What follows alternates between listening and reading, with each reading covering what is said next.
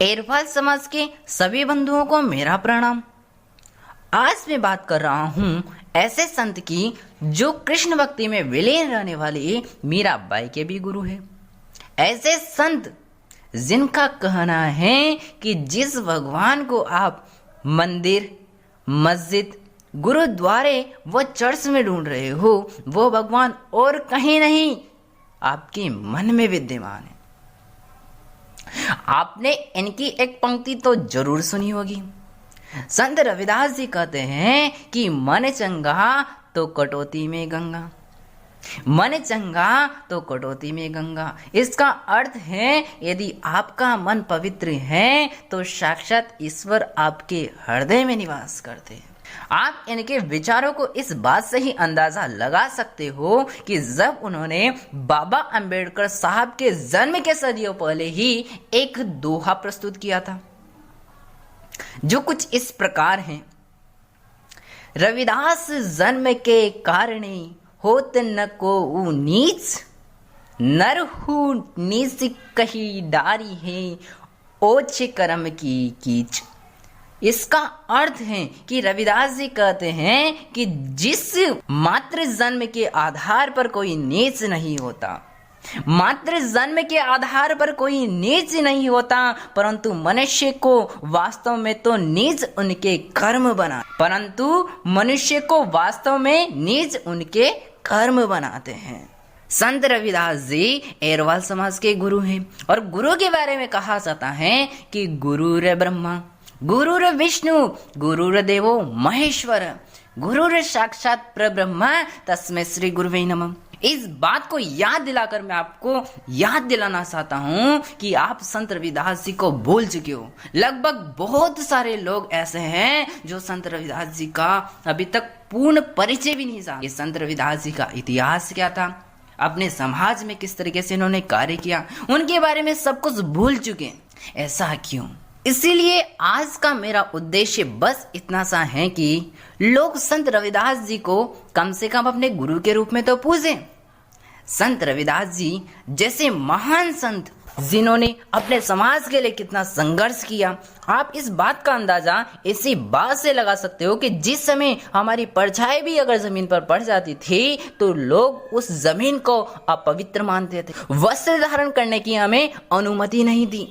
पर संत रविदास जी के इतने नेक विचारों से, उनके चमत्कारों से हमें वस्त्र धारण करने की अनुमति मिली। स्वयं रविदास जी के द्वारा अच्छे वस्त्र धारण किए गए, बहुत सारे राजा इनकी शरण में आए गए, बहुत सारी जो महान हस्तियां थी जैसे कि मीराबाई, झालाबाई, इनकी शरण में आई और इनको गुरु बनाया। तो ऐसे महान गुरु को हम कैसे भूल सकते हैं। इनके बारे में ही मैं आपको कुछ मंदिरों के बारे में बताऊंगा जहां पर आज भी इनकी पूजा होती है। संत रविदास जी के जो प्रसिद्ध मंदिर हैं वो है स्वर्ण मंदिर, काशी विश्वनाथ में स्थित, जो कि संत रविदास की जन्मस्थली मानी जाती है। और जो दूसरा मंदिर है उसके बारे में आज आपको बताने जा रहा हूँ, तोड़गढ़ का मंदिर, जहाँ पर संत रविदास जी की समाधि स्थित है। इसके बारे में आपको बता रहा हूँ। तोड़गढ़ के इस मंदिर में आपको संत रविदास जी के जीवन से संबंधित प्रमुख घटनाओं का संग्रहण मिल जाएगा। और जो ये फोटोज आपको वीडियो में पीछे दिखाई दे रहे हैं वह सब चित्तौड़गढ़ के मंदिर के ही हैं। इनमें आपको प्रमुख घटनाओं का वर्णन मिल जाएगा, जैसे कि संत रविदास जी के द्वारा संत पीपासी को सत्संग ज्ञान देना, संत रविदास जी के द्वारा पारमणि को अस्वीकार करना। पारमणि एक ऐसा रत्न होता है जो अगर किसी को मिल जाए तो वह अमीर हो जाता है, पर संत रविदास जी के द्वारा जब किसी संत के द्वारा ये पारमणि दी जा रही थी तो उसको अस्वीकार कर दिया गया, मना कर दिया गया, कहा गया कि मैं तो योगी हूँ, मेरे इसका कोई महत्व नहीं। इस मंदिर में आपको इनसे संबंधित सारे तथ्य देखने को मिल जाएंगे। इसमें आपको संत रविदास जी की जो शादी हुई थी माता नूना से, जब विवाह हुआ था, उसका वर्णन मिल जाएगा। और इसमें संत रविदास जी के द्वारा जो उपदेश दिए गए हैं संतों को, वह आपको देखने को मिल जाएंगे। संत रविदास जी पर एक डाक टिकट भी जारी हुआ था, वह भी जानकारी आपको यहाँ पर मिल जाएगी। और एक जो घटना है यानी कि संत रविदास जी के द्वारा पत्थर को पानी में तैराया गया था, वो घटना का वर्णन भी आपको यहाँ पर मिल जाएगा।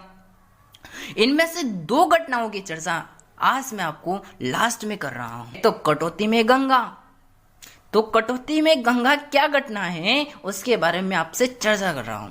कहा जाता है कि एक बार संत रविदास ने काशी में गंगा में स्नान हेतु जा रहे राजा राव के पुरोहित को 5 कौड़ी देते हुए कहा कि मेरी भी यह भेंट गंगा माँ को अर्पित कर देना। तो मान्यता है कि गंगा के तट पर पहुंचकर ज्योतिषी ने पुरोहित ने कौड़ी गंगा को अर्पित की।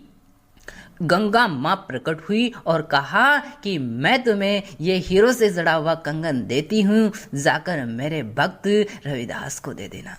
मगर पुरोहित की नीयत बदल गई और उनके काशी नरेश बलवीर सिंह जी बघेला को खुश करने के लिए यह हीरा जड़ित कंगन राजा को दे दिया। राजा से वह कंगन पाकर रानी प्रसन्न हुई और रानी ने वैसा ही दूसरा कंगन मांगा जो राजा ने पुरोहित को आदेश दिया। यानी कि जैसा कंगन वो पहले लेकर आया था, रानी ने वैसा ही कंगन दूसरा भी मांगा। तो ऐसा ही दूसरा कंगन भी लेकर आने को पुरोहित को कहा गया, परंतु वह पुरोहित अब घबरा गया और उसको अपनी गलती का पश्चाताप हुआ और संत रविदास जी से जाकर उसने क्षमा मांगी और सारी घटना की बात सुनाई। पुरोहित की विनती पर रविदास जी ने अपनी कटौती में से, कटौती जो होती है एक घंटे के टाइप होती है जिसमें पानी भरा हुआ होता है, उसमें से कंगन निकाल कर दे दिया। पुरोहित कटौती में गंगा के दर्शन कर राजा के पास कंगन लेकर पहुंच गया।